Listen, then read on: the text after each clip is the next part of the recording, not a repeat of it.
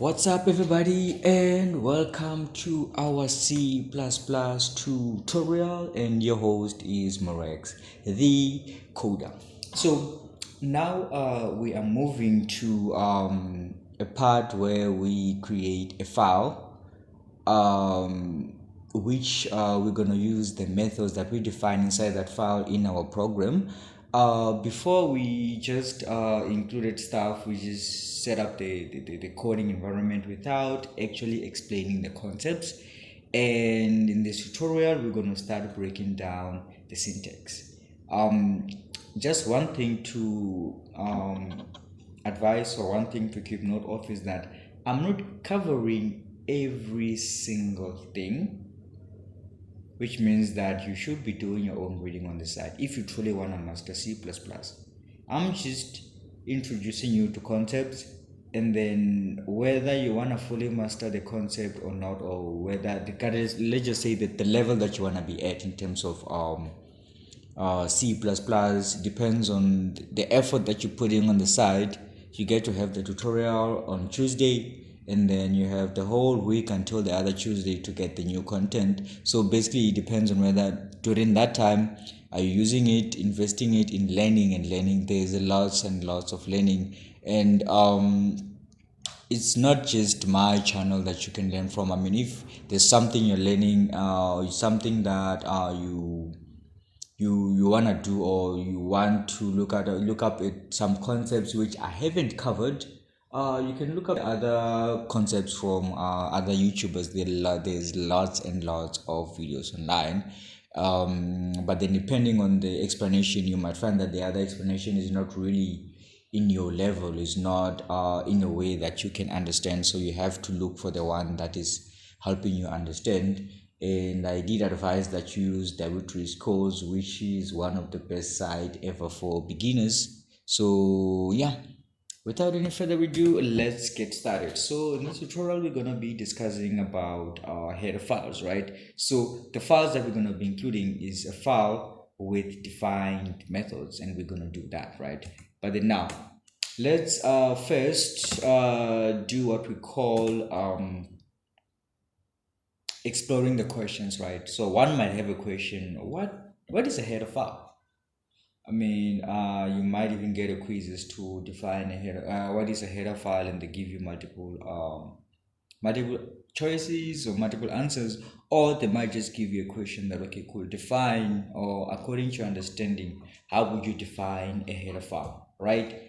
So a header file is just a file that contains methods, right? It's a file that contains method, right?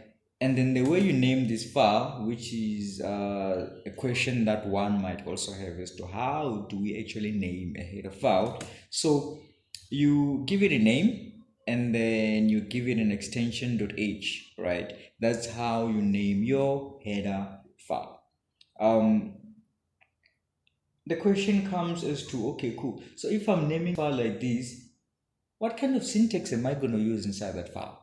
That's one of the questions that one might have. So when you give it .h extension, which we're going to talk about more as we move further, so basically it understands your syntax. Either it's C++, even in C, if you've done C, you will see that it understands that syntax, right? Meaning that whatever keywords you have, so basically your rules in terms of naming your variables still apply.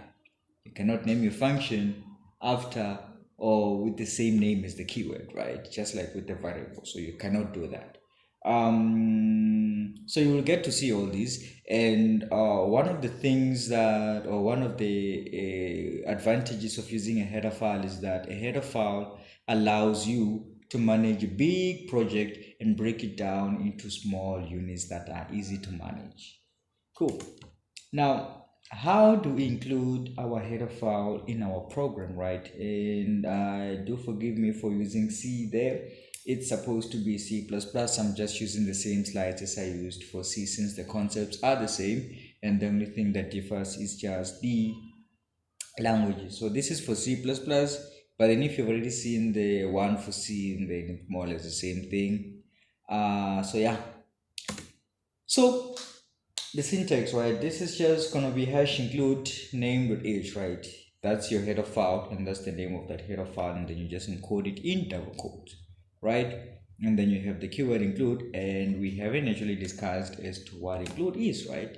So let's explore what hash include means. So hash includes, this is a preprocessor directive, and what it does, it allows you to import a file, and then when you import this file, right, upon compilation, your compiler will understand, okay, cool, I'm going to be using methods from this file. So when you get to a method that hasn't been defined in this file, you just know that this method is already defined, it's already predefined in a file that I'm including when I'm including in this file of mine, right? So that way your compiler is not gonna pop up any compiled errors, which is something that most people don't like. Cool. So let's head over to the coding side and we explore. I'm just gonna have two tabs. There we go. Full screen, zoom a bit, and then zoom a bit. So mkdir, okay, dir header. Just call it header. Just header file, but I was just lazy to call it a whole of header file. Cool. So let's create a header file, and then this header file is just gonna have display, it's just gonna display information. Yeah, I just want to make it a bit different from the C programming, because the C one I just use values, but then in most cases what you're going to use a header file for is not for displaying information, but for getting values, or doing a certain operation inside your function, or you do a certain operation and then you get the value, the product of that, right? In this case I'm just gonna have methods for displaying information, and that's just it. Or maybe let's just stay with just doing the whole of it. So rex.h, that's the header file that we're gonna create, and then I'm just gonna have int okay, let's just use double for this one. Double, cool, double, and then what I'm gonna do is add, and then I'm gonna add a double a double b, and then I'm just gonna return a plus b, and I'm gonna go double sub or subbed. We can just do that, and then we have double a double b, and then we return b minus a. You just define it like that, and then it's double mult, right? And then we have double double a double b. There we go, and then we return a multiplied by b, and then double division div, or just use div, and then it's double a double b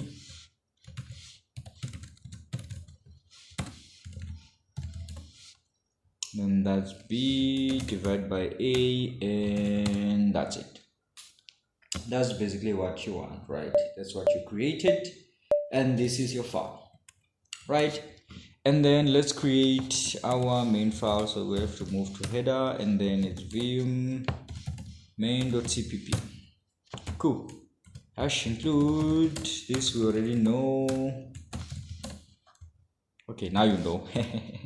iostream, and then this is the new one, include, and then it's morex.h.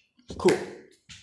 That's what I included, right? And then now you see there's this one and there's this one. Why am I using double quotes for this one and not using the greater than or less than signs? go and explore and see if what happens if you remove the quotes or replace the quotes with the greater than and the less than sign, and see what's gonna happen, right? What I'm going to do now is using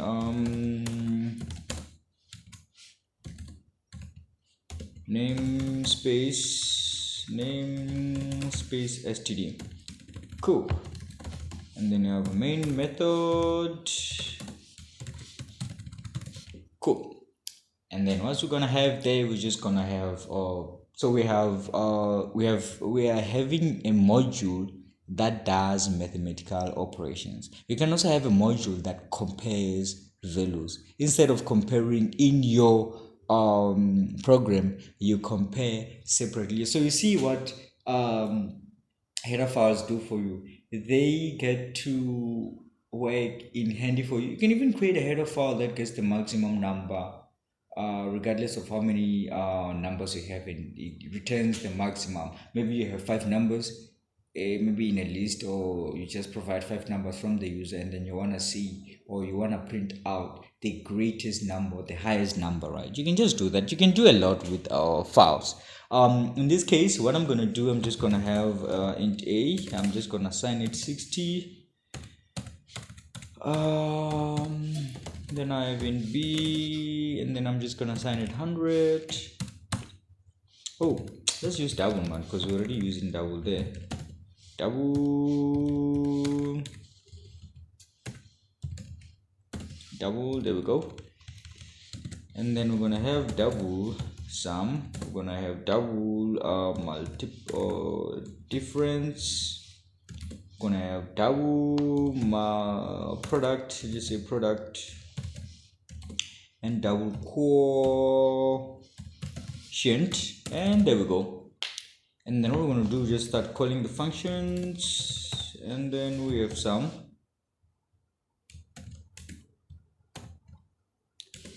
And then we are having the sum, right? So the sum, I'm just gonna call the function add, and then I have a and b. So which means I don't really need this line if you notice, but I'm just gonna go with the flow for now.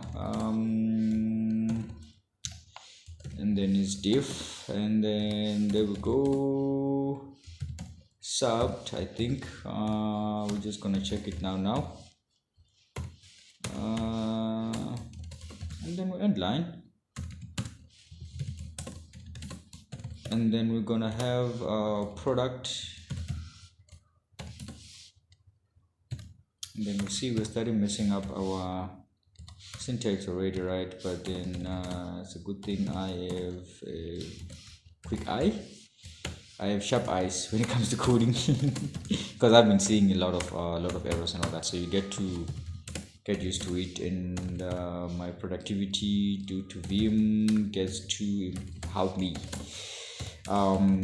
be super sharp and super vigilant. Cool. So division does div, and then what I'm gonna do there is just go there, div, and then I have a, I have b, and then I and line. Cool. And that's what we have. We can close our header file. That's beam divided by a. Okay, cool. Let's close this, and then we have this file, and then let's use our G++ compiler main, and then just call it Morex. Cool. And there we go. And that's what we have, right? Do you see how the whole thing works, right? So you create a header file, and then you have your main method, and then in your main method, what you have is just the